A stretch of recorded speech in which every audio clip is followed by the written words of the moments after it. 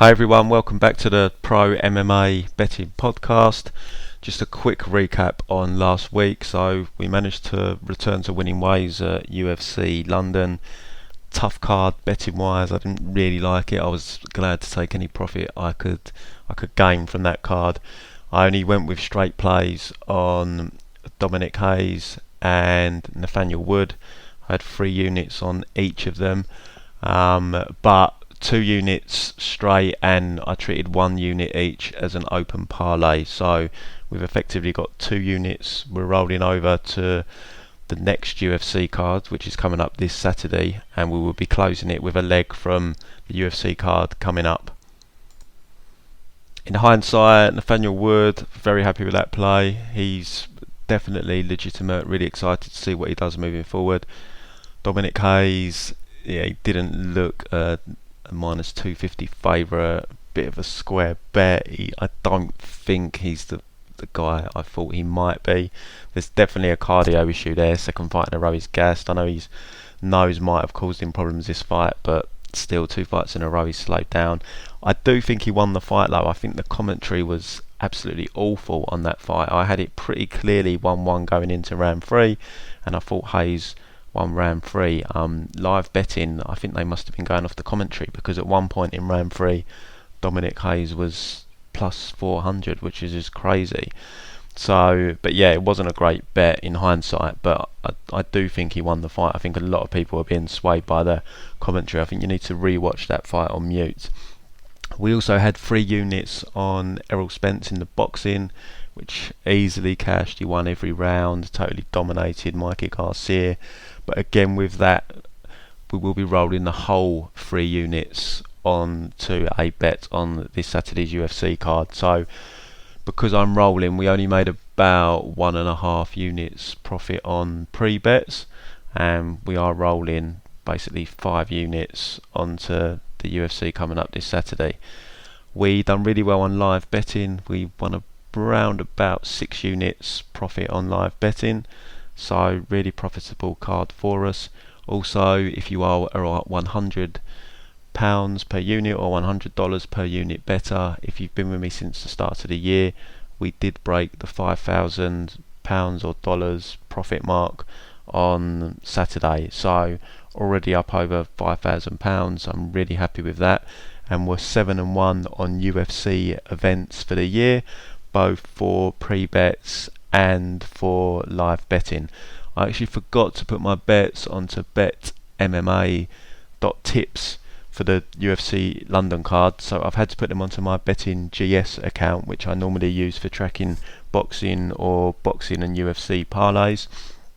And because I'm rolling over a few plays, I'm going to have to put this week's plays, or most of the plays, on Betting GS again. So you can access that tracker site on my website, prommabetting.com. There's a link on there to have a look at bets. They are all boxing or boxing stroke UFC parlays, but because I forgot to add them to BetMMA, I'm just going to have to put them on there for this week and for last week. So there will be a couple of events missing on betmma.tips, but they are on the Betting GS tracker site. So please check us out, or check out the packages on the website, prommabetting.com. Very reasonable price. And as I say, if you are using 100 units, £100 or dollars per unit, you would be up over £5,000 if you've taken away pre-bets and if you've tuned in for all the live betting events. Please follow us on Twitter at ProMMABetting, and please hit the subscribe button on this YouTube channel, trying to get the subscribers up as quickly as possible. We went 7-5 on UFC picks for UFC London, which is my worst week for a number of weeks, but I've still not had a losing week, touch wood, so trying to keep that winning run going. And now we're going to talk about UFC this Saturday, UFC Nashville, with the main event of Wonderboy Thompson taking on Anthony Pettis in his first fight at welterweight.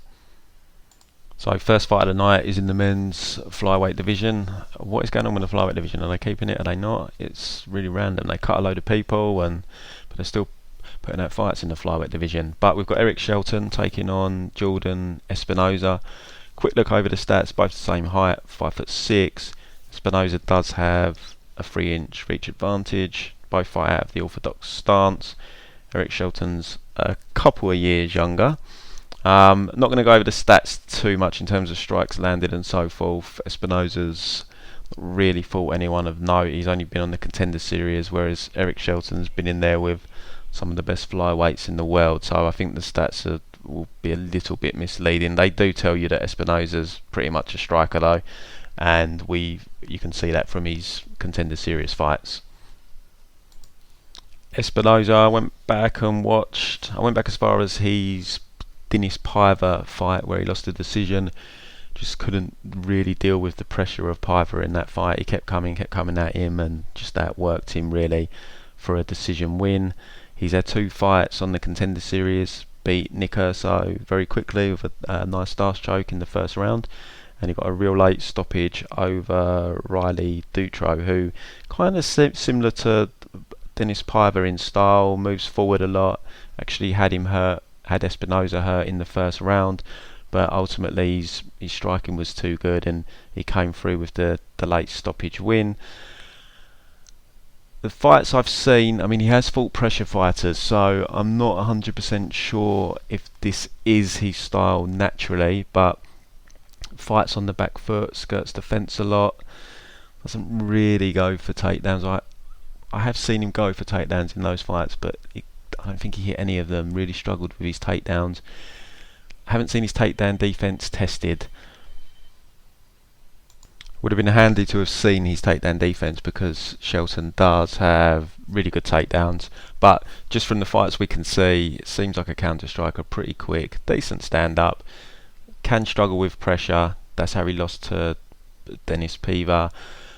Dutro did hurt him in the first round as well, had him in a bit of trouble, so a little bit hard to get a full angle for me on how good Espinosa is. I haven't been overly impressed with the tape I saw, but decent movement, works well off the back foot. Takedown defense unknown, takedown offense not very good. Eric Shelton has been around the UFC for a while now. I actually like Shelton. I think he's a good fighter. I think he was unlucky on the Ultimate Fighter to not get a third round against Tim Elliott. I thought that was definitely 1-1 going into, or after 2 rounds. Should have gone to a overtime round. Had 2 wins before that, pretty comprehensive wins. Beat Sherbatov, who's a decent fighter, submitted him in the second round, and beat a Brazilian guy who I'm not too sure of. In the UFC, lost a close fight at altitude with Pantoja. I think they both took it on short notice. They both gassed in that fight. He then lost a very controversial decision to Jared Brooks. If you look at the media scores, I think pretty much everyone bar one media member gave that fight to Shelton. I did re-watch it, and it just comes down to how you score round 2. Round 2 was really, really close. Shelton, maybe could have put his foot down a bit more. So I wouldn't say it was a robbery, but it was really close. He beat Lauser, basically wrestled him for the fight. Alex Perez was just too big, too physical for him, just kind of shut down his offense in that fight. Pretty much got out-wrestled in that fight. And he's coming off a split decision win over Joseph Morales. Pretty much too much for Joseph. Morales had him in a couple of spots to bother off of takedowns, was going for submissions and so forth. But besides that, Morales didn't really get much going in that fight.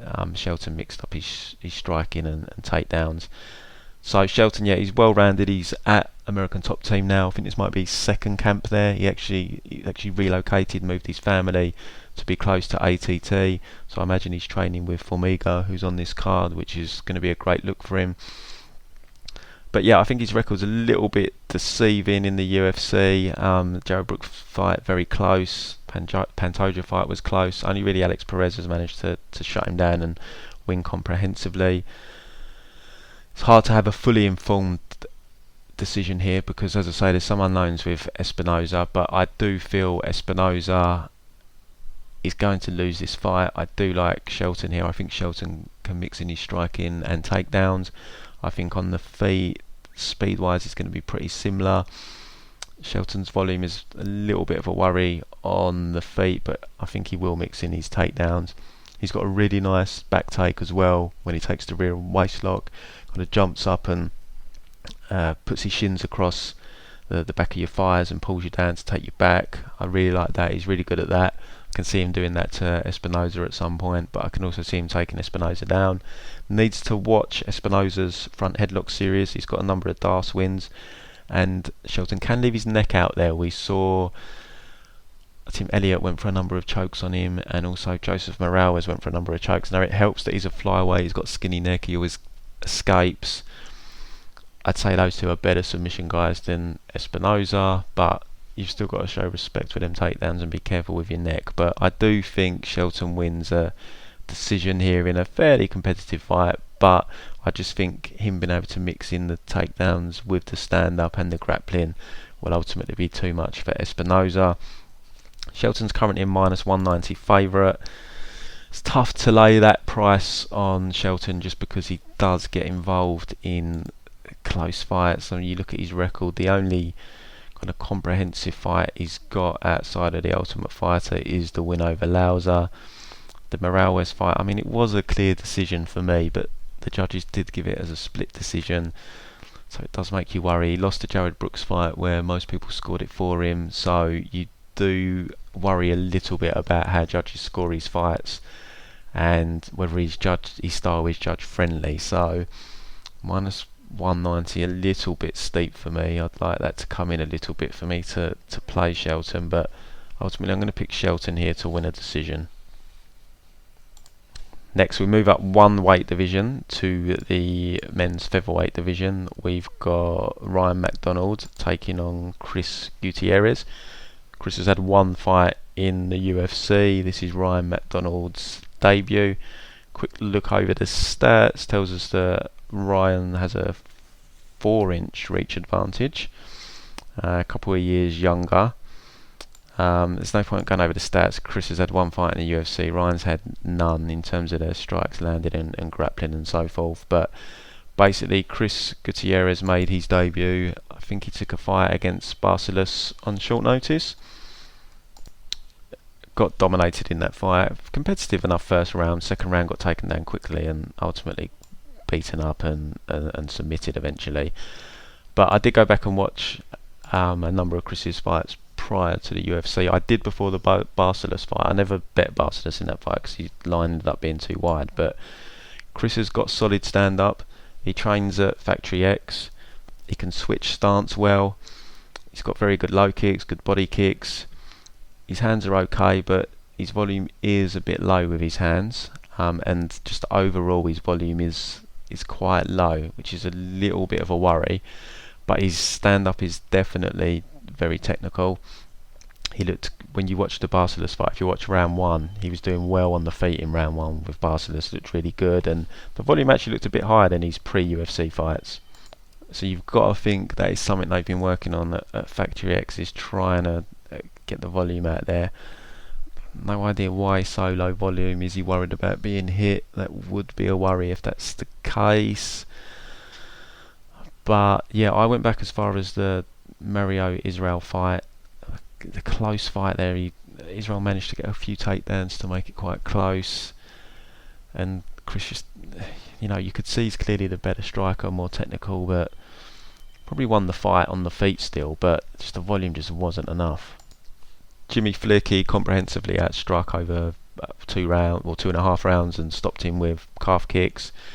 And Ray Rodriguez, I've not seen the whole fight, but you can see the clip online.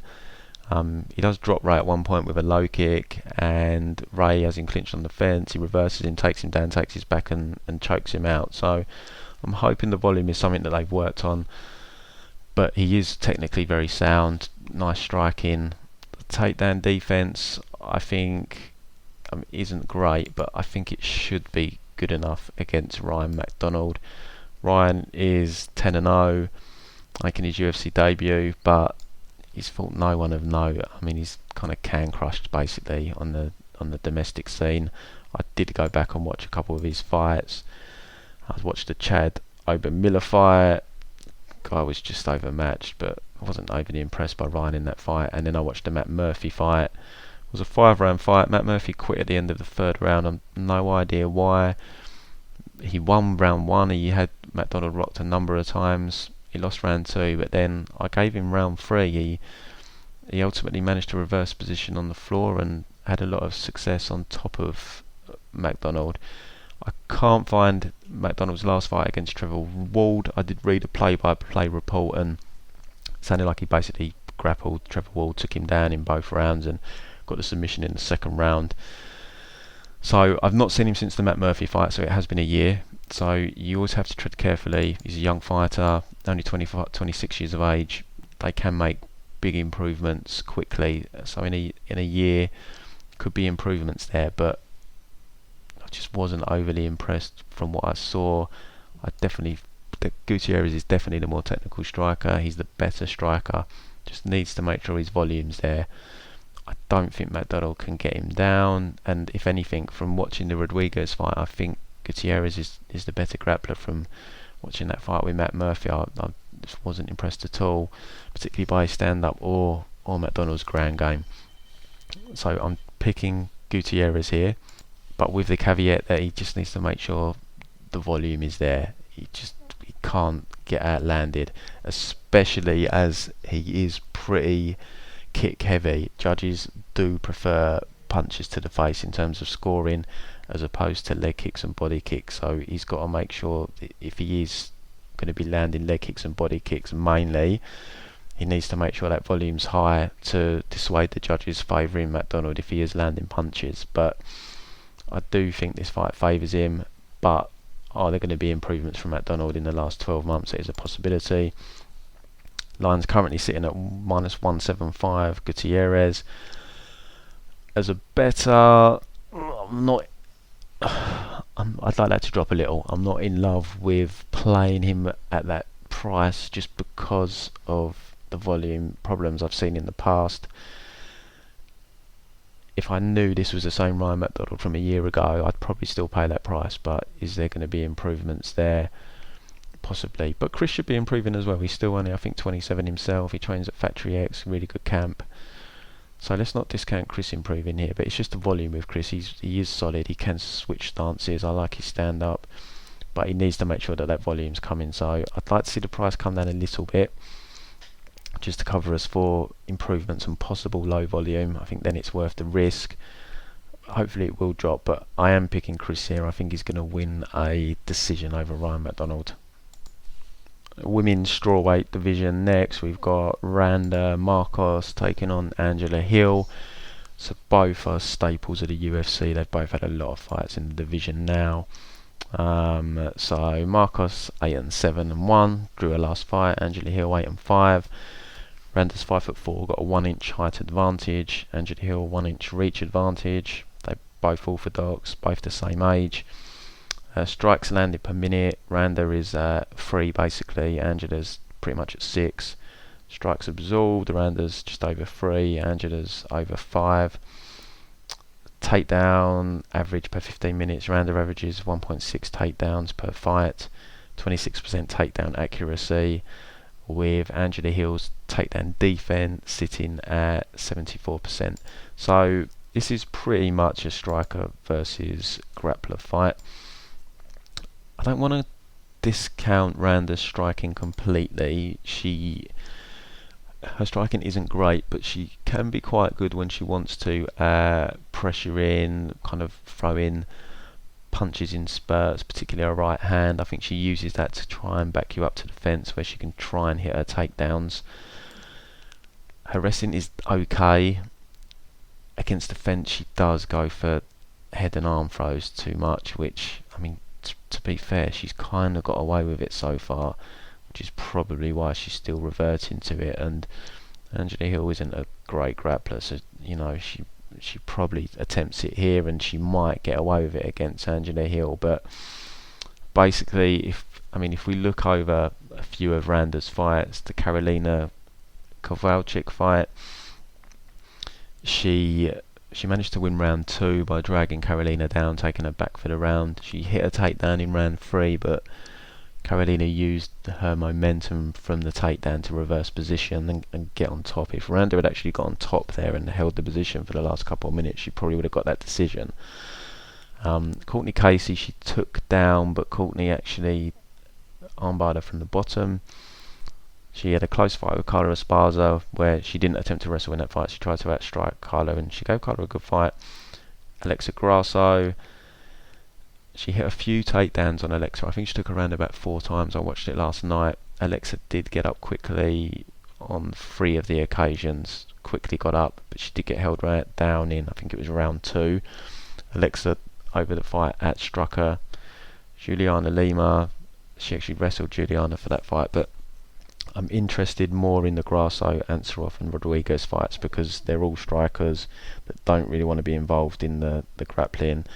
So Angela Hill was a very similar fight to them, and she lost to 2 of them and drew with Marina. So Alexa won a split decision there. Close fight, but I think Alexa won that. I don't think Randa done enough with the takedowns and didn't have enough top control time. She definitely won round 2 with top control, but outside of that just didn't maintain top control long enough. She took round 1 off Nina Ansaroff. Managed to get Nina down against the fence. It wasn't a head and arm throw actually, it was an actual takedown and transitioned to her back. Then she just couldn't get another takedown, got outstruck in rounds 2 and 3. Marina Rodriguez, she got down in round 1, dominated her, mount, side control the whole round. I think 2 of the judges scored it a 10-8. I remember hitting the draw on this on live bet and it hit. I think I got around plus 4,000. So great result for me on that particular fight. But then Marina outstruck her for the next 2 rounds. She did get Marina down a couple of times. I think it was round 3, but Marina both times managed to use the fence to reverse position and stand up.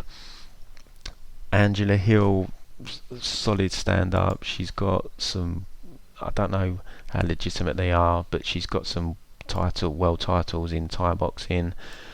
Been in the UFC a while now. She was first in the UFC, got cut, went to Invicta, won the title over there, beat Livia Souza, who's had a couple of fights in the UFC now. Souza took her down around 6 times, but Hill, barring one of the occasions, Hill got up quickly every time, which is a good sign in this fight because Souza's got a real good grappling pedigree. Debut against Andrade, she's got outstruck. Yoda got her down 3 times, but again Hill got up quickly each time. She was held down once for a couple of minutes. The other 2 times she was up very quickly. Had a good fight with Nina Ansaroff. She won round 1, kind of slowed down. It was a frantic pace and Nina managed to outwork her the next 2 rounds. Beat Morose, decisioned her striking match for 3 fights, and then Courtney Casey, pretty much a striking battle as well. Courtney did take her down in the first round, but Hill quickly got back to her feet. So Hill's takedown defence isn't great. Randa, I'd be very surprised if Randa doesn't get any takedowns throughout the 15 minutes. This is just going to come down to, can Hill get back to her feet quickly? And I'm going to say she can, because she got up real quick against Souza. She got up quick against Yoda, quick against Casey. I mean, you're probably talking in those 3 fights, there was about 10 takedowns. And the longest I saw her held down was for about 2 minutes by... No, it wasn't even Souza that held her down for 2 minutes, I don't think. I think it was Yoda that held her down for 2 minutes. So then 10 takedowns, longest she was held down for was about 2 minutes by Yoda. So, I mean, Randa normally has a strong first round. She is decent on top, but, you know, I'd say Livia Souza's decent on top, but she couldn't keep her down. So I just think Hill will be able to get back to her feet. She's the better striker. She should outstrike Randa on the feet. It just makes me nervous to bet it though, because I know that Angela Hill is going to be on her back in this fight, and if she can't get up, she could end up giving the round away, and if Randa can nick 2 rounds like that, she gets a decision. Hill isn't really the type that's hesitant due to the takedown threat. She still goes in and plays her game. She needs to be careful with the kicks. Randa did hit 2 takedowns off kicks from Grasso, so Hill needs to be careful with the kicks. And I remember in the Souza fight, Del Fierro shouting out to her, no kicks, just box. So hopefully they come in with a more box heavy game plan here. I don't want to see any kicks caught, and subsequent takedowns. But yeah, minus 155 for Hill. I'd maybe like to see it a little bit lower. I am picking her here. I think she will win a decision. I think she can work her way back to her feet when she's taken down, and she will be taken down. So it probably is a really good live betting fight, especially when you consider Randa normally has a strong first round. You might get a better round after round one, but you don't know. You might not. This might be the best the line is pre-fight. So I'm going to keep an eye on it, see if it drops any more. It just makes me nervous because I know she's going to get taken down, but her get-ups have proven to be really, really solid. But Randa's not bad at taking the back. She'd done it to Carolina, she'd done it to Nina, and it was enough for her to steal the rounds when she managed to do that. And I would say that Angela Hill's takedown defense is probably worse than Grasso and Nina Ansarov's. So I expected to be taken down more than they were. So it does make me nervous. Going into, say, round 3, I can still see Markos being able to hit a takedown on her. It's just whether Hill can get back to her feet. So I'd like to see the line coming a little, but that stat does give me confidence. 10 takedowns, I think, and she was up every time. Longest she was held down for was 2 minutes, so she is competent at getting back to her feet.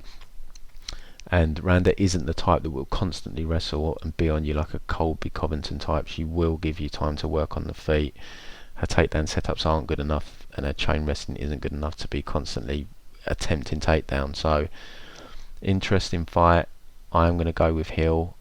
It's tempting to bet her, but I would like to see the price come down a little bit, just because there's going to be some anxiety there. It's definitely not a big bet. I couldn't bet it big just in case she can't get up, because her takedown defense just isn't good enough, and I can't ever see it being great now. She's 31 years of age. I think it's as good as it's going to be, but the confidence for me is in her get-up ability, so I'm going to take Angela Hill to win a decision. Women's 125 pound division, that's Alexis Davis taking on Jennifer Maia. I haven't capped this fight. It's just a fight that I knew I wouldn't be betting. I saw the line. It's come down a little bit. Alexis Davis minus 165 now, but yeah, it's just a low level fight. I'm just going to pass on this one completely, guys. I've not even thought about it. I remember Maia's UFC debut. She got dominated by Liz Carmouche, taken down at will. Alexis Davis is coming off a win over Liz Carmouche, albeit a controversial one. Yeah, I haven't done the tape, so I remember Alexis fairly well, but Jennifer, I'd only be going off the Liz Carmouche fight. I can't remember her in Invicta and so forth, and I just can't bring myself to do tape on this fight, as it's one that, as I say, there was no chance I was going to be betting it. So it's a pass fight for me. I'm not even making a prediction for it, guys. Men's bantamweight division next. We've got Marlon Vera, Frankie Saenz. So these were meant to fight a couple of weeks ago. I think Vera pulled out due to an illness or something, so they've rescheduled it for this week. Literally was a couple of weeks ago. It's meant to happen. Price has come in a lot from where it was previously. Vera's a minus 155 favourite. Saenz is plus 135. So the line's, I'd say it's a lot more accurate than it was. Saenz has the wrestling threat. Vera hasn't shown great takedown defense, but Vera is Saenz is old. I think he's about 38 now. Vera's a lot younger. He's pretty big for 135. He's definitely filled his frame out in the last couple of years. He's better on the feet than Saenz. He's got dangerous kicks and knees. Basically, this comes down to, can Saenz grind him out for 3 rounds, or can Vera keep this on the feet enough to win a decision, or work his way back to his feet if he's taken down. Definitely give him the advantage standing. I understand why people are betting Saenz, especially when the odds were better. He's only plus 135 now. Definitely got a path to victory with his wrestling, but as per my prediction last time this fight was made, it's not a confident pick. It's not a fight I'd bet, but I'm just going to go with Vera being the younger, fresher guy. He's more dangerous on the feet, but Saenz definitely has a path to victory with the wrestling, and if Vera can't get back to his feet, it's going to be in trouble. Vera's always a bit of a slow starter as well in round 1. He needs to try and wake up and come out bit quicker. I like the camp he's from. He's with Colin Oyama. Good camp they've got there. But I'm just going to go with him just because he's the younger, fresher, tougher, more resilient guy.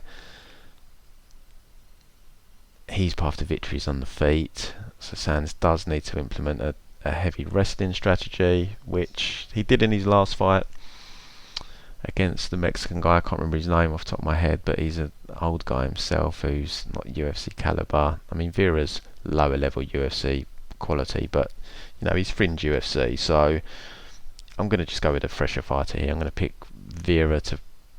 I'm going to pick him to win a decision. Saenz is tough, even though he's been rocked a few times.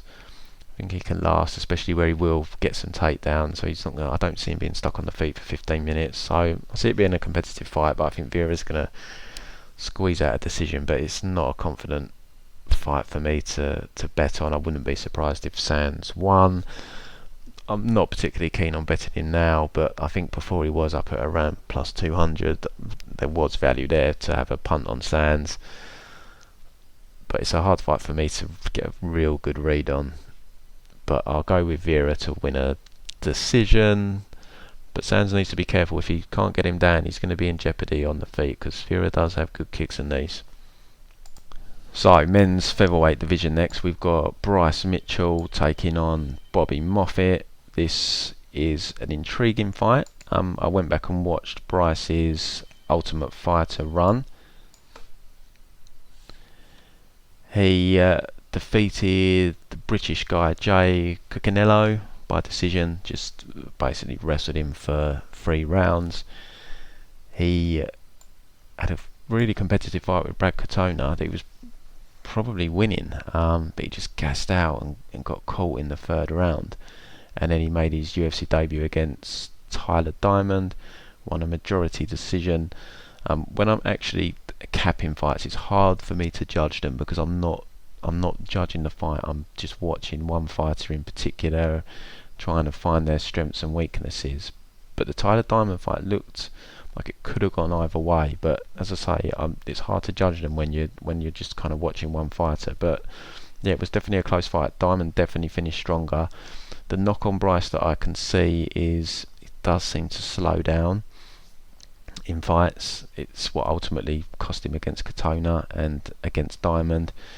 But he does start out very strong. His stand-up is a work in progress. He fights out of the southpaw stance.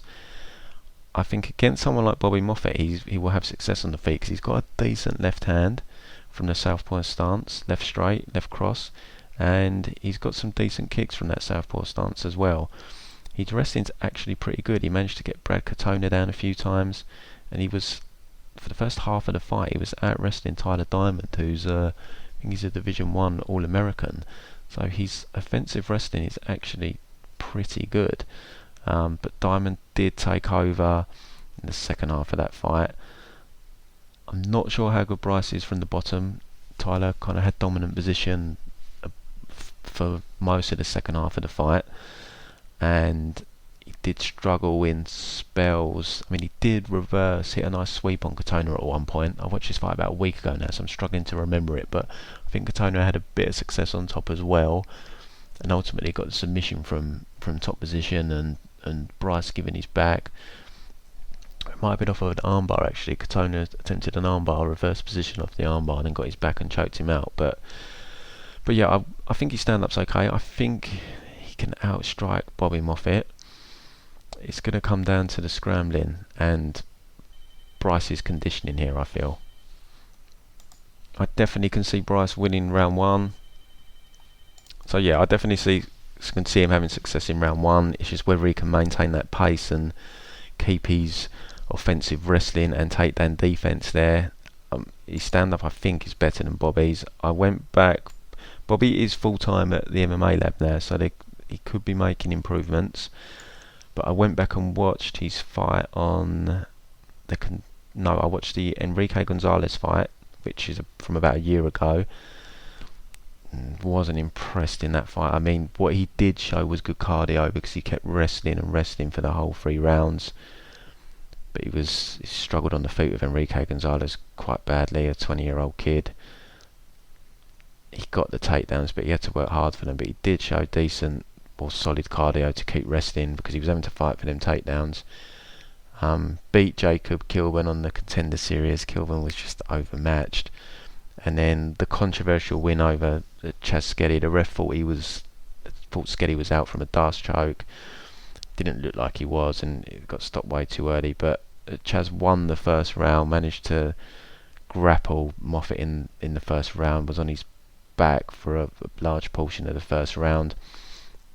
Came out in round 2 looking pretty strong, did Bobby. He definitely looked better than he did in the Enrique Gonzalez fight. But I just wish that fight had carried on and we've got to see it go for the full 3 rounds. I'd give the cardio advantage to Bobby. I think the offensive wrestling advantage goes to Bryce. I think he can take Bobby down. It's just, it's going to be a scrambly fight, this one. It's going to be close. I think Bryce is better on the feet. He's got that southpaw stance. Like I said, I think he's got a decent left hand. You can tell that he's a little bit ragged on the feet, but his left hand's decent. He's got decent southpaw kicks. Did not like what I saw on the feet from Bobby against Enrique Gonzalez at all. And it's going to come down to who can put their stamp on the ground, basically. The worry is that Bryce slows down. But again, we always look at odds. This is a betting podcast. Bryce is a plus 160 underdog. I don't fancy Bobby Moffett at minus 185. Bryce has paths to victory here. If you said to me he's not going to gas and he'd be able to go hard for the 3 rounds, I'd be more confident picking him. But I couldn't possibly bet on someone as a minus 185 favourite when I think the opponent needs to gas. I learnt a long time ago betting someone hoping that the opponent gasses isn't smart betting. So I'm gonna pick Bryce here. I think he can win the first 2 rounds. He might lose round 3. It's going to be competitive. It's going to be scrambly, but I think the value there is on Bryce to win this fight. So plus 160. If I wanted to bet this fight, I would take Bryce, but it's hard for me to bet someone when I'm fearful of them gassing, because it's one of the kind of 10 commandments. Don't bet on a fighter that gasses. But when they're plus 160, he's young. It could be something he's working on. It might just be a case of he just needs to be more relaxed in there. But then Bobby can grind hard for 3 rounds, as we saw in that Gonzalez fight. So he's got the type of style that could be taxing for Bryce if Bryce can't keep this on the feet or maintain top position and kind of have the dominant position in the grappling himself. So it's a hard fight to call, but I'm going to go Bryce more because of the value. If it was a pick'em, odds-wise, I mean, I'd probably still lean Bryce, but it would definitely be a pass on the betting then. But plus 160, the value is on Bryce. So I'm going to pick Bryce to win a very competitive, scrambly, split decision type fight. Women's flyweight division next. So both ladies moving up to 125 for the first time. Maycee Barber, JJ Aldrich. Maycee Barber is at a 2-inch reach disadvantage here. They're both the same height. JJ's a southpaw, so is Maycee. Strikes landed. Maycee is really high, but she's only had 2 fights. And the first fight, the girl was completely overmatched, so it's hard to kind of read too much into these stats, really. I mean, we can take a look at Aldrich's because she's had a number of UFC fights and she's fought decent competition. She averages just under 4 strikes landing per minute, significant strikes. She absorbs same amount. She doesn't go for takedowns. Her takedown defense sits at 58%. So I went back and watched Maycee's last 3 fights. Now, the thing with Maycee is she's only 20 and she is clearly making big improvements at the moment, fight to fight. So it's hard to gauge her fully because I am expecting her to come in here and look the best Maycee Barber yet. How much improvement is she going to have made since her last fight, which was only around 4 months ago? I don't know, but these young fighters can, even in 4 months, can make big improvements. But I watched her fight with It's not her last 3 fights actually, because I can't find them, but I did watch the Mallory Martin fight, which is from about 18 months ago, and she looks pretty bad in that fight. Very sloppy, gets taken down a lot. She's having to pull out submission attempts from the bottom. She's getting hit a lot on the feet. But then you go forward to the Jamie Colleen fight, which was her Contender Series debut, literally about 10 months later. Looked far better in there, far more measured, wasn't rushing her strikes. She was kicking at range well. She's a black belt in karate. She was clinching Colleen against the fence, doing some good clinch work, hit a couple of takedowns, and ultimately took her down in round 3, and the fight got stopped through ground and pound. And then she took on Hannah Cifers, UFC debut back in November. Back and forth first round, a lot of clinching from Cifers on the fence. From Maycee on the fence. Cifers managed to reverse the position a few times, actually pin Maycee on the fence.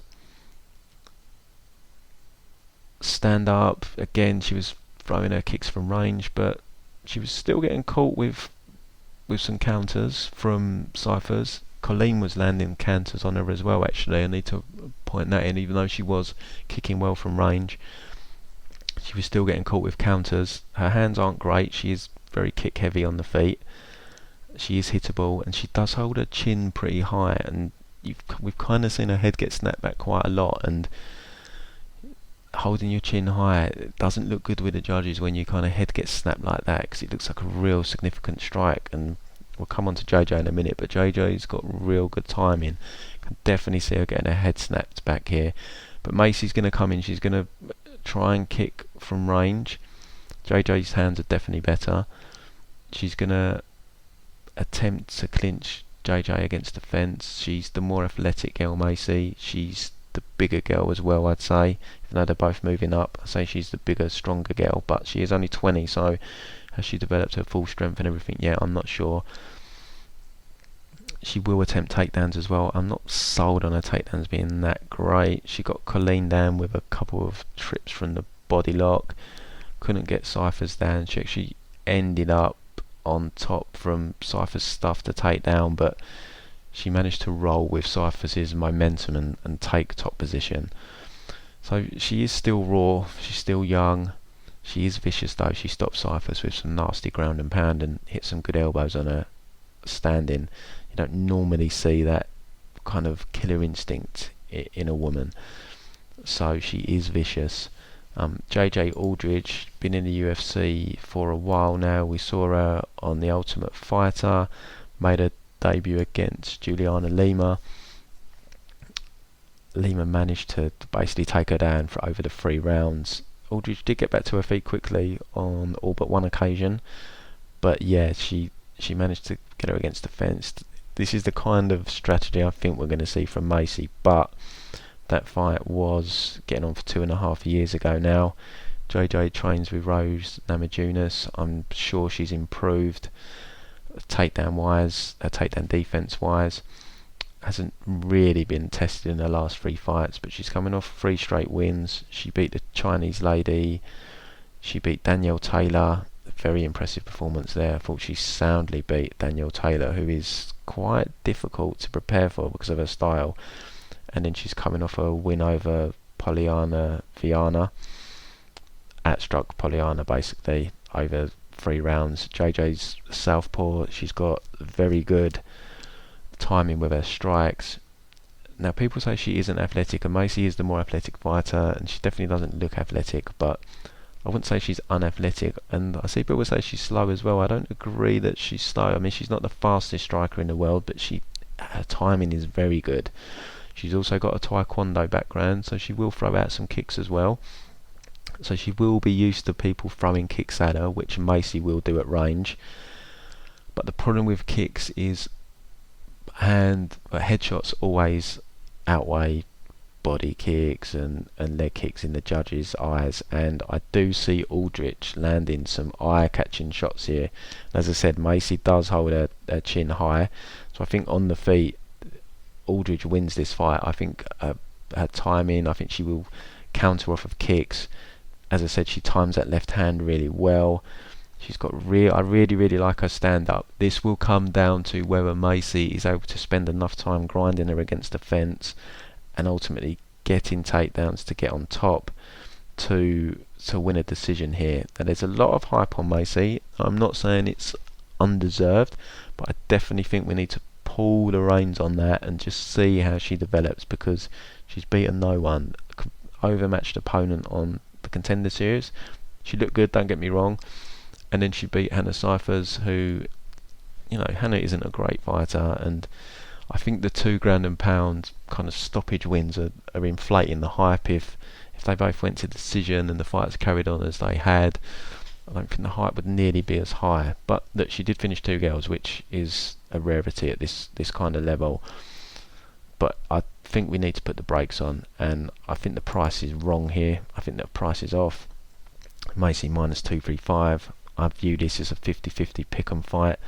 So as a better, I think there's definitely value on JJ. I'm not saying Maycee can't win. As I said, she's got good kicks from range. She would try and mix in the clinching on the fence.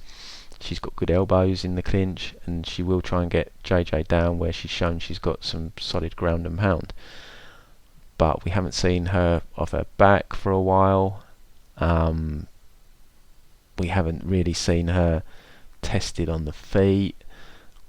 Her takedowns don't look great, so JJ's definitely her sternest test, and if JJ can keep this standing, I think JJ can outstrike her, because again, if Maycee isn't doing much damage when they are clinched against the fence, and she has got good elbows, so I'm not saying she's not going to lay any damage on JJ if they are clinched against the fence, but if it's just a bit of a hug battle and the ref's separating them, she can't get her down, and there's enough time at range, I think Aldrich can win this decision. So I'm picking JJ Aldrich.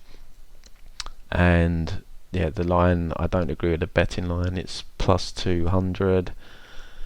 Should be a 50-50 fight for me, so should be kind of pick 'em odds in my opinion. So I'm going to go with JJ to win a decision here. But if Maycee comes out and demolishes her, manages to get her down, ground and pounds her, then and I'm not saying the hype's not real, but I will then stand back and say, okay, I need to maybe give her a bit more respect. But I think she's getting too much respect here. I think JJ's being underrated because she athletically she doesn't look great. She's not as attractive as Maycee. I think all these things factor into people betting some women fighters, and I think JJ's a very solid fighter with very nice stand-up.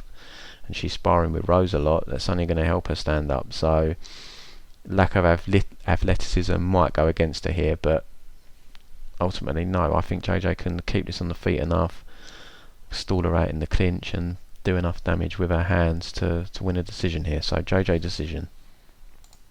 Stephen Peterson, Louis Peña next. Peña making the cut down to featherweight.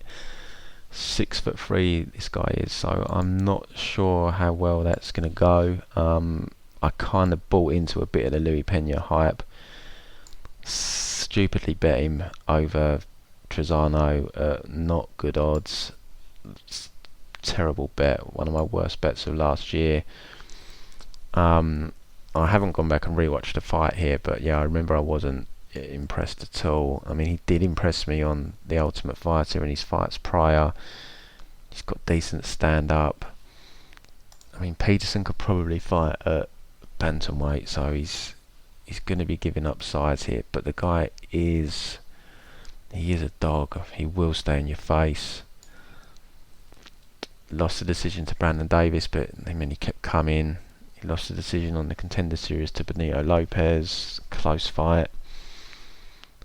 He just tries to grind this guy. Just keep coming forward. He keep trying to take you down.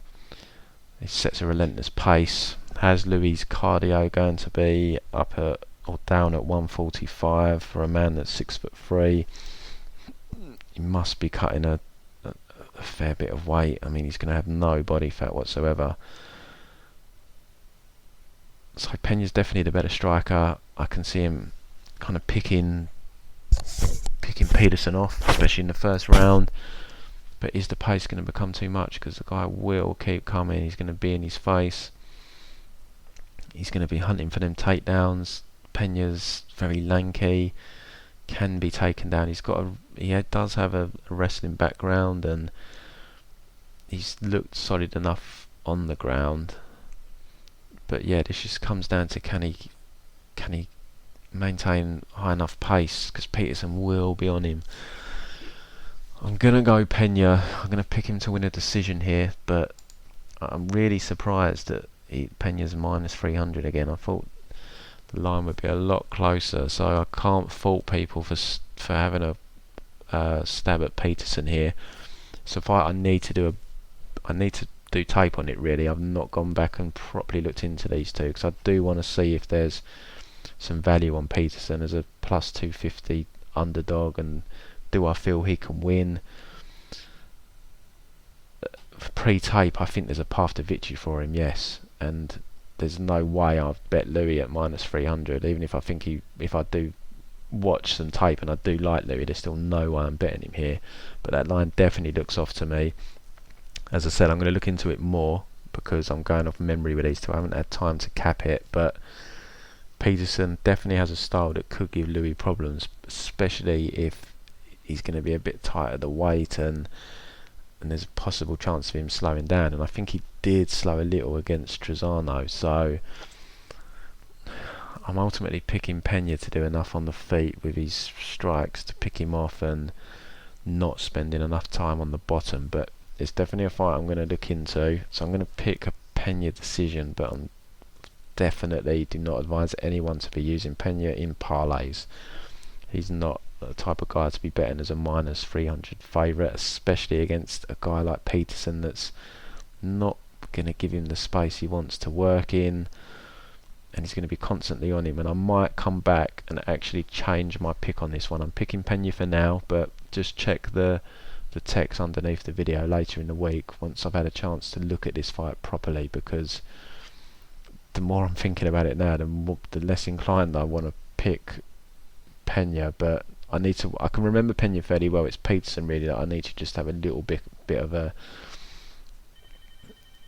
recollection on. But I do remember him struggling, I think, to get Benito Lopez down. But I need to watch these two UFC fights to see how he done there with the wrestling.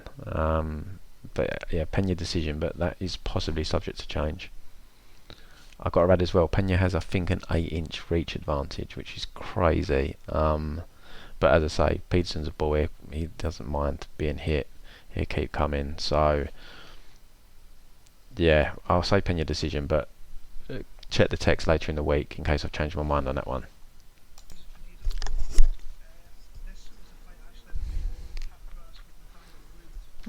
Hello. Good morning, Anthony. It's Rachel here.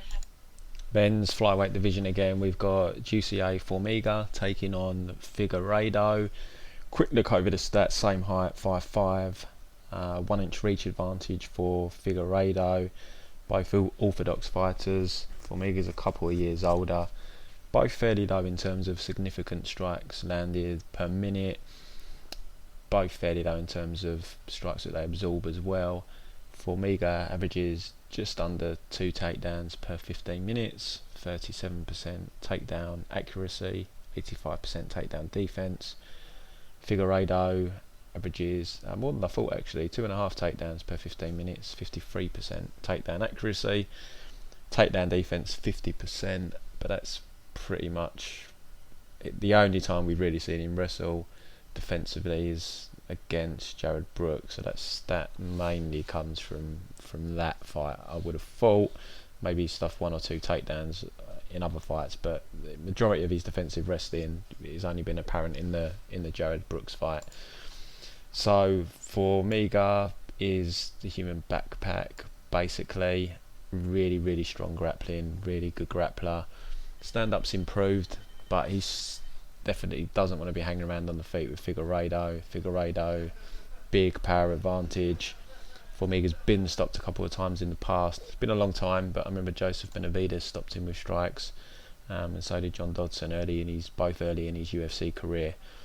But his stand-up's definitely improved. He's been at American Top Team for some time now. He's coming off 3 straight wins. Prior to those 3 wins, he lost a very close fight with Ray Ball that looked like he was going to win, but he gave up top position, or I think he had Ball's back with about 2 minutes left, and Ball managed to do enough from top to steal the decision. I think that was in Brazil as well, so I was quite surprised that in Brazil that Ball actually got that. But fight prior to that, he dominated Dustin Ortiz. So it's quite clear what he's going to want to do here. He needs to get Figueiredo down or backpack him, basically, like he did with Sergio Pettis. He's pretty low volume on the feet. Advantage he has is Figueiredo has big power, but he is quite wild, so there might be opportunities, or there will be opportunities for Formiga to try and duck under here. Either shoot a takedown or grab the body lock and revert to a rear body lock where he can backpack. But that's got to be the strategy here. He needs to try and get Figueiredo down on that mat. He doesn't want to be standing with him. Figueiredo is a big flyweight, cuts a lot of weight, big power, which you don't normally see in this weight division. He's actually unbeaten as well, Figueiredo, 15-0. Took out John Moraga, took out Morales, and Beltran he had out on his feet and corner stopped it. So for a lightweight fighter, big power. He got a split decision win over Jared Brooks in Brazil. That probably anywhere else the decision would have gone against him. Struggled a lot with Jared's wrestling, took him down a lot. Probably got that decision based on the submission attempts off of the takedowns. He kept having some tight guillotine attempts off takedowns that Brooks would ultimately escape from, but that's probably what just edged him the decision there. But we've not really seen his wrestling defensively since then. We haven't seen his grappling really outside of the Brooks fight, so it's a hard one to call. He's definitely got the advantage standing. He's got a big power advantage. Is he going to keep knocking 125ers out? He probably can with that power, but he is quite wild. And Formiga is so good at backpacking, but it's a tough fight to call, this one. Odds have closed. Figueiredo's around -150 now. Formiga +130. I'd need to put aside the Benavidez fights, I think, because they were a number of years ago where he got stopped. We're talking 6 years ago. Benavidez and Dodson fights. Hasn't been stopped since, but he hasn't fought anyone like Figueiredo in the power department since or ever. Well, probably since Dodson, really, in terms of power. But can he be sneaky enough and just... The problem is if he can't submit Figueiredo, he's got to do this 3 times, and in terms of takedowns each round, it's not overly urgent for takedowns, which I mean is a good thing. He doesn't force the shot, and Figueiredo will give him opportunities where he's wild. So if he can avoid getting tagged, you can definitely get the backpack going, I feel. I think Figueiredo is actually a fairly decorated Brazilian Jiu-Jitsu guy himself. I'm sure he's a black belt, and I'm sure he's won some tournaments, and I think he might even be a Brazilian national wrestling champion. But, you know, Brazilian national wrestling champion, it doesn't really mean a great deal. And in terms of jiu-jitsu, Formiga's definitely the better jiu-jitsu player, so 100% favour him on the mat here. It's just going to be about Figueiredo surviving, being able to get back to his feet, either through himself or through the end of a round, and can he then do enough on the feet. I'm going to go Formiga to win a decision here. Have enough time backpacking, just having enough control on the mat. You might see Figueiredo get a little bit too desperate on the feet if he feels he's behind on points, and it's just going to leave him open for more takedowns. So I'm going to go Formiga, probably a decision, but it's dicey any moment the fight's on the feet. If he gets him down, he needs to try and keep him grounded for that whole round. And yeah, I just see Figueiredo maybe getting a bit more desperate, lunging in a bit and just leaving himself open for Formiga to be able to take that back and take control. But would not be surprised if Figueiredo comes out and starches him. Figueiredo's been spending time at Team Alpha Male as well, so both using American camps for this fight. I think this is the third time maybe Figueiredo's been at Team Alpha Male. So I'm going to go with Formiga to get the win here, but it's definitely a close fight. I think the odds are fairly accurate. As a bettor, I'd probably back Formiga here, but it's a tough fight to call. There's definitely not a great deal of confidence for me either side here, but I'm gonna pick Formiga to win this. Lightweight division next, John Makdessi taking on Jesus Pinedo. Betting on MMA is definitely a case of styles make fights. I was actually going to bet Nasrat against Makdessi. I bet Nasrat pre-tape. When I done tape, I actually wasn't as confident. I still picked Nasrat, but it probably wasn't going to be a max bet like I thought it was. That fight got scrapped though. Pinedo lost his opponent as well, so they ultimately, common sense prevailed, and they put two lightweights who had lost their opponents together. Jesus Pinedo we saw on made his UFC debut late last year against possibly the worst fighter on the roster, Devin Powell, and he didn't look great. It was competitive on the feet, he was getting backed up, he was backing into the cage. Basically won that fight through catching kicks of Powell, and Powell just literally falling over off of a caught kick. I mean, the guy's just got no athleticism. Really didn't look like a promising performance from Pinedo. He reminds me a lot of Humberto Bandenet. Both fought on the same circuit. They've even fought each other. Bandenet beat him. It was years ago, but kind of similar style. Very kick heavy. No cage awareness. No footwork. No hands really. Just spams the legs. Just wasn't impressed by him at all. And yeah, it definitely reminds me of Bandenet 100%. John Makdessi, I've done quite a lot of tape on him because I was looking to bet Nasrat, and John's actually better than I thought from memory. Really solid stand up, real nice kicks. He's got good hands, very good countering. He's got excellent takedown defense. The guy's practically impossible to take down, so that's definitely not a concern here if Pinedo did try and go that route. This will be a stand-up fight, and I mean Makdessi has given up height and reach, but he's at Ruthless Sport now, where he seems rededicated to his craft after talks of maybe walking away from the sport after the Cerrone and Lando Venata fights. Cerrone broke his jaw, Lando knocked him out very quickly, but he's come back, he's looked impressive, and he's just really solid. He's a real hard fighter to look good against. He always makes fights close, even in losing battles.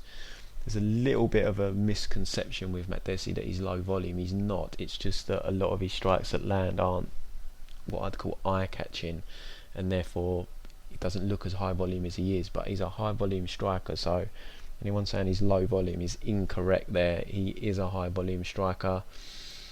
He has very good timing, very good counters, and I just think he's a few levels above Jesus Pinedo still. I think he's going to pick him apart on the feet.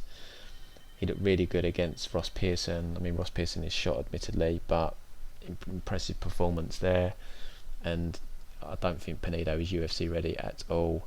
I think whoever got the price on Makdessi, I saw him at -165 at one point.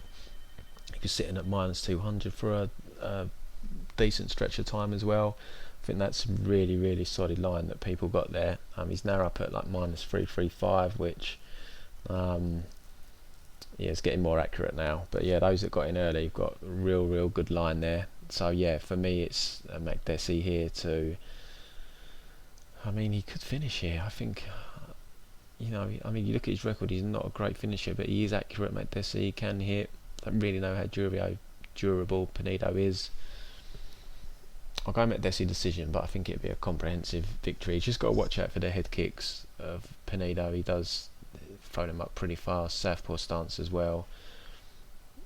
But I think Makdessi can adjust to that and take him out. I mean, Shane Campbell, same but a much better striker, and he took him out. So yeah, I wouldn't be surprised if Makdessi can stop him here actually. But I'll say Makdessi decision, but I definitely think whether it's a stoppage or decision, I think it's a dominant win for Makdessi. Next we go to the men's heavyweight division. We've got Curtis Blaydes taking on Justin Willis. So we have a quick look over the stats. Blaydes 3 inches taller. He's got a 2-inch reach advantage here, so Willis pretty long reach for his height. Willis is a southpaw. Blaydes lands over 4 significant strikes per minute. A lot of that might be ground and pound. Willis is similar. Strikes absorbed. Blaydes is at just under 2.5. Justin Willis is practically at 3. Curtis Blaydes' takedown average real high, averages almost 7 takedowns per 15 minutes, which is crazy for heavyweight. 55% takedown accuracy.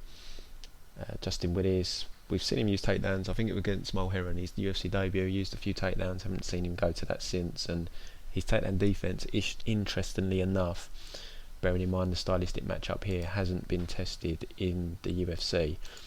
Now, I've done a fair bit of tape on this one.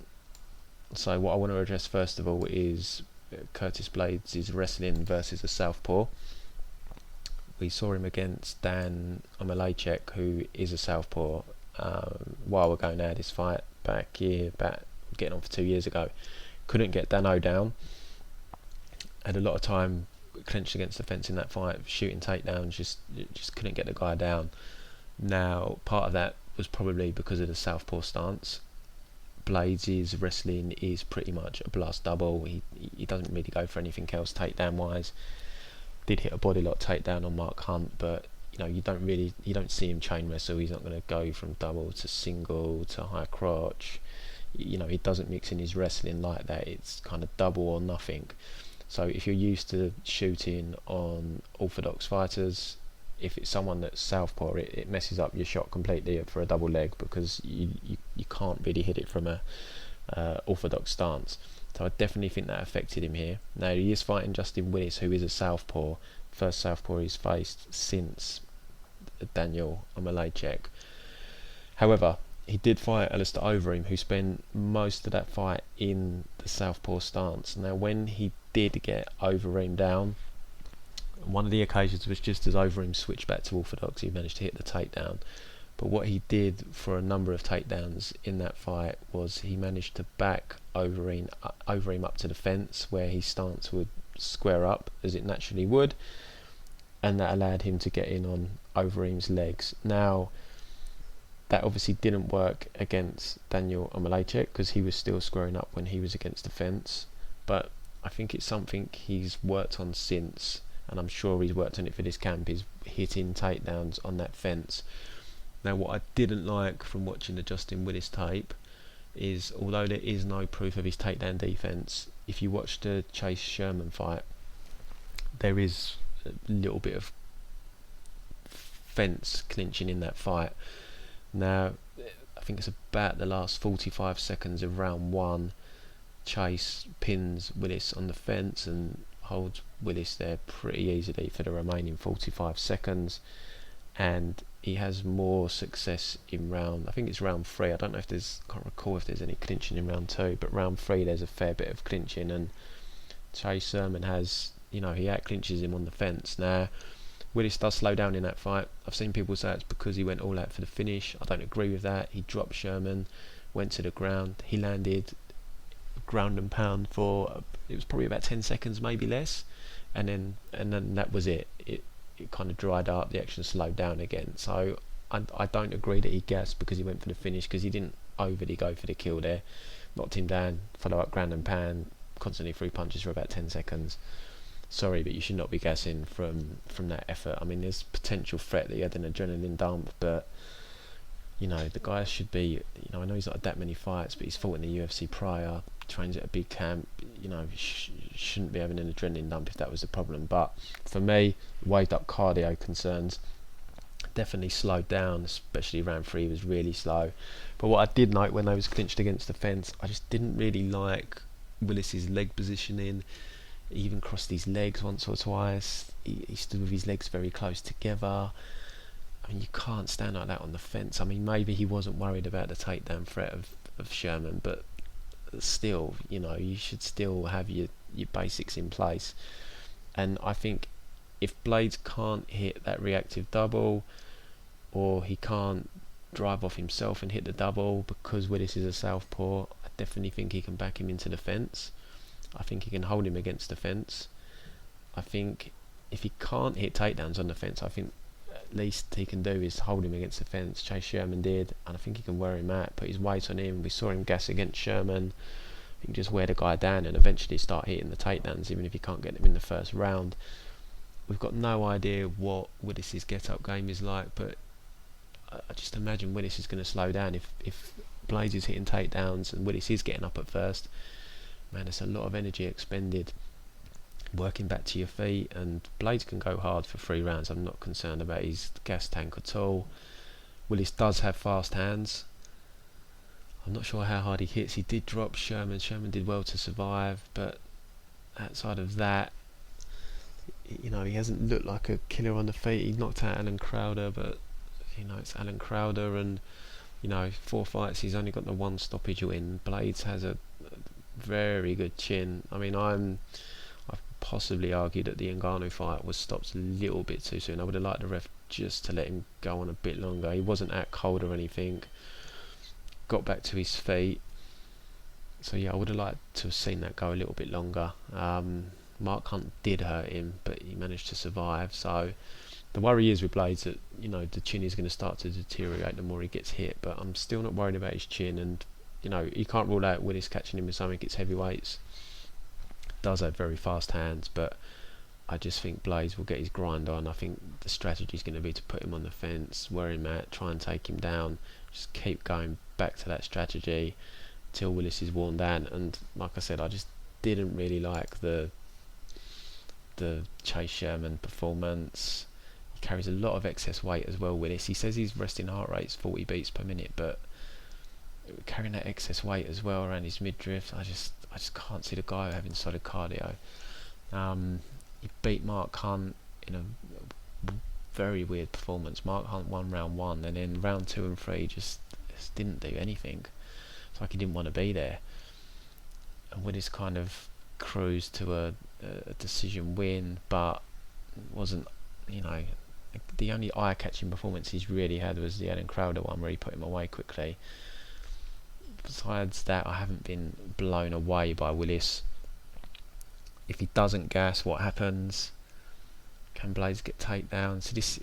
So in a way, it's a hard fight to call because we just don't know what the takedown defense is like, and you know. But he did gas against Chase Sherman in a fight where, you know, he was made to work. Let's be honest, he's not been made to work in any other fights. He's kind of had it all his own way. Mark Hunt was a very slow-paced fight and done nothing in 2 and 3. Crowder quick win. Mulherron, pretty comfortable win for him. So the one fight where, you know, someone survived his shots, made him work, put him on the fence, you know, he didn't look good at all. So I'm going to go Blaydes here. I think Blaydes will win a decision, and I'm fairly confident. I've seen a lot of people not so confident. I mean, the line reflects that there is a lot of Blaydes confidence. He's almost minus 300, but I think he wins a decision here by playing it safe on the feet. I think he can land some shots on the feet on Willis, and ultimately I think he just grinds him down and leans on him, wears him out, gets the takedowns, and I mean, if he gets on top, he might even get a finish. We don't know what Willis's game is like on the bottom, but I can't imagine it being that great based on his frame, especially if he's stuck kind of out in the middle of the floor. He does train at American Kickboxing Academy, so the theory is his wrestling should be very strong, but I don't think he does any training with Cormier. I'm not sure about Velasquez, but I know Cormier doesn't seem to like him. Not sure what the issue is between those two, but kind of odd that they train at the same camp and there's this dislike. But yeah, I'm definitely going with Blaydes' decision here. I think he wins this fight fairly comfortably. So main event, we've got Stephen Wonderboy Thompson taking on Anthony Pettis. Quick look at the stats. So Wonderboy's got a 3-inch reach advantage, inch or 2 on height. He's about 4 years older than Pettis. He's like 36 now, Wonderboy. He averages 3.5 significant strikes landed per minute. Pettis is just under 3 strikes absorbed. Wonderboy is at about 2.5. That's probably a bit skewed by the Tyrone Woodley fight, I would have thought, from the ground and pound that he received, possibly. But yeah, 2.5. Anthony Pettis just up over 3. These two don't mess around going for takedowns, and no need to cover that. This is going to be a stand-up fight. So Anthony Pettis is moving up to welterweight for the first time here. I just think Anthony's in a situation now where he's just kind of trying everything to try and remain relevant. He cut down to featherweight, didn't work out for him. It was took too much out of him, but then he went back to lightweight. It's not worked out for him, and now he's going up to welterweight. The line doesn't reflect it, but I've seen on Twitter and that a lot of people seem to be betting Pettis here, but I just don't see it. I mean, you look at his record recently, and 1, 2, 3, 4, 5, 6. He's lost 9 fights. He's lost like 6 of his last 9. He's got wins in that time over Michael Chiesa, Jim Miller, and Charles Oliveira is a good win, don't get me wrong. But he's lost to strikers, Barboza, Holloway, Poirier, Ferguson. And I know I've seen the argument that Pettis struggles with pressure strikers. Wonderboy isn't a pressure striker. No, Wonderboy isn't a pressure striker, but I'll tell you what he is. He's the best counter fighter in MMA, for my money. If you go back and watch his fight with Jorge Masvidal, everyone at the minute's riding the Masvidal wave after knocking out Darren Till. Man, he made Masvidal look awful in that fight. It was an amazing performance. I think he's lost a bit of shine for that performance because of the Till fight. I mean, it was a close fight. I mean, he probably should have got the decision over Till, but he was a little bit hesitant. I think he was worried about Till's left hand in that fight too much. Whereas Masvidal, he's more of a savage, born fighter. He doesn't really care if he gets hit. He'll wade into the firing line. Whereas Thompson, that isn't his style. He doesn't really want to get hit. But he's got a chin. We saw him get dropped by Woodley and survive. The guy that's tough as now was in that. Woodley had him tight in a guillotine. He survived that. And if it wasn't for them round 5 mishaps he had with Woodley, he'd be the welterweight champion, or at least he would have taken it off Woodley. But he just got both times in round 5, just gets hurt by Woodley in fights he was winning. So I just don't know how much Pettis has left. I mean, he is the younger guy. He's 32, but he kind of, Tony Ferguson kind of broke him. He quit in his corner with a broken hand, but he took a lot of punishment in that fight. Dustin Poirier quit, rib injury, but he took a lot of punishment in that fight as well. He kind of quit against Max Holloway as well. Barboza comprehensively outstruck him. He took a savage beating off RDA as well. He's taken a lot of punishment, Pettis. I don't think the answer for him is moving up to welterweight, and why he's got a fight here that kind of, stylistically it's the kind of fight where he shouldn't be taking a massive punishment because of Wonderboy's style. I just think he's going to be outclassed. I just can't see him beating Wonderboy. As I said, the Masvidal performance was masterful. Kind of should have probably done a little bit more against Till, but probably still should have got that decision. Had the back-to-back fights with Woodley, beat Rory MacDonald before that, Johnny Hendricks. I really, really rate Wonderboy. I think he's got some of the best stand-up we've ever seen in MMA. Real good style, and I think he's just going to style on Pettis. Pettis, he is tough, but there's 3 incidences of him quitting fairly recently. Wonderboy, he doesn't kind of bring the kind of same punishment levels as someone like a Ferguson or Poirier or Holloway, but his timing and his power is going to be there as well. He's a welterweight, he's, because of that timing, he's powerful. So I would not be surprised to see him stop Pettis here. I think the line's pretty justified personally. He's minus 450. I've not really got a problem with that. It would be a massive upset in my book if Anthony Pettis is able to pull this off. When you just look back at just doesn't instill me with confidence how he's looked the last few years, and I think he has to be at a stage where he's probably a bit shot-born. I mean, he's always shown a good chin. We've never seen him kind of knocked out per se, kind of quit against Holloway, and I think it was a body shot. Poirier was the rib injury, Ferguson broken hand, but they're all fights where he was taking a lot of punishment. So a late stoppage from Wonderboy wouldn't shock me, but I think Wonderboy just styles on him for 5 rounds basically and wins a clear decision. So I'm gonna go Wonderboy decision, but I think if Pettis gets stopped here, or even if he just gets really badly outclassed, I think he's got to go back to lightweight. I can't see him having a future at welterweight at all. But it will be a question of what is kind of left for him, because a loss here, especially a comprehensive one, just it throws him out of the picture completely at lightweight. How much desire will he have left to compete, because he's going to be a long way from the belt. He's taken a lot of punishment. Honestly think it might be time for him to start looking at doing something else possibly, because if you're not going to be contending for the title and your name's Anthony Pettis, should you really carry on fighting, especially bearing in mind the amount of punishment he's taken? So I'm definitely going Wonderboy to win a decision here. So bets for this UFC Nashville have already been sent to members. Might be 1 or 2 more bets, or maybe some increases in unit sizes on some bets, but predominantly the card's done. Check out ProMMABetting.com for the subscription packages. We offer weekly, monthly, 6 monthly and annually. We offer audio live betting package, pre-betting packages, and both combined. Really good price. As I said, £100 unit or $100 per unit bettors are up over £5,000 with our service from pre-betting and live betting so far this year. Please give us a follow on Twitter at Pro MMA Betting, and also please hit the subscribe button on this YouTube channel.